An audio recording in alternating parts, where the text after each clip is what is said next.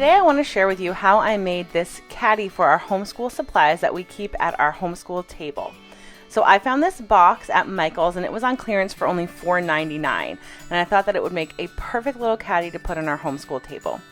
I just used some things that I had around the house. I had an old paintbrush, some paint that I mixed together to create the color that I wanted, and then just a little spray bottle of water that I'm going to use to water down the paint as I paint it on the wood. First, I need to remove the ropes from the box, and if you have a box that's similar to this, you can kind of DIY this yourself. All you need to do is create some holes on the sides and then get some rope. You can use something thick like that or something thinner. It's really simple to do. But obviously, before you paint the box, you need to remove them so that you can paint all of the wood and not ruin the ropes. I'm going to start by painting the bottom side of the box. So I'm just going to flip it over, and then I'm going to take some of the paint that I created and I'm going to paint it onto the wood. Then, after I've gotten some paint there, I'm going to take my spray bottle of water and I'm just going to water down the paint a little bit, just a few sprays. And then I'm going to take the paintbrush and just carry that paint all across the bottom of the box. Since you are using a really watery paint, make sure that you paint the sides where the water may have dripped down, because you definitely don't want drips on the side of your box.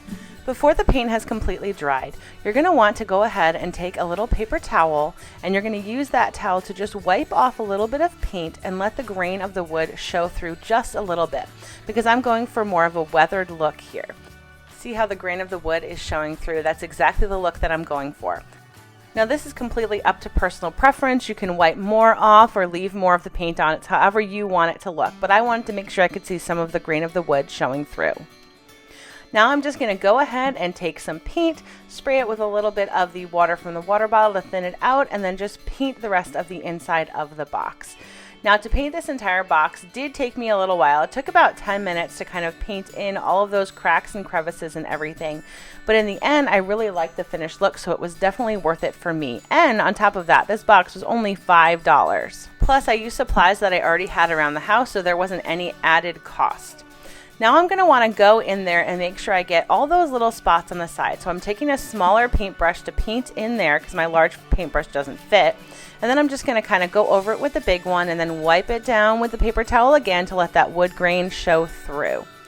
Then when it's all done, I'm just going to go ahead and let it dry for a while. You only want your wood to be completely dry for this next step. I'm going to take some watered down, really light gray paint and a sponge that I just had around the house, and I'm going to kind of whitewash this color.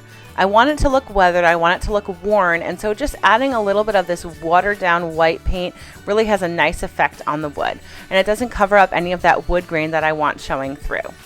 So I'm just going to go ahead and whitewash the entire thing, and then I'm going to let it dry for a while. Once all of the paint has completely dried, I'm going to take my ropes and I'm going to reattach them to the box. Now make sure that you put the knotted end in first and then pull through to the outside, because you want that knot to be on the inside. And then you just take the rope and feed it back through the other hole, and then you knot that once it is on the inside of the box. Now I'm going to go ahead and do the same thing with the other side of the box, and it is all done. My project is ready to go. Next, I took some mason jars that I already had around the house and I put in all of our most used school supplies. Those are our Ticonderoga pencils, our scissors, and then our Crayola twistable colored pencils and crayons. Thanks for watching this video. If you enjoy these types of videos, please let me know by clicking the like button and subscribing to my channel. Have a great day.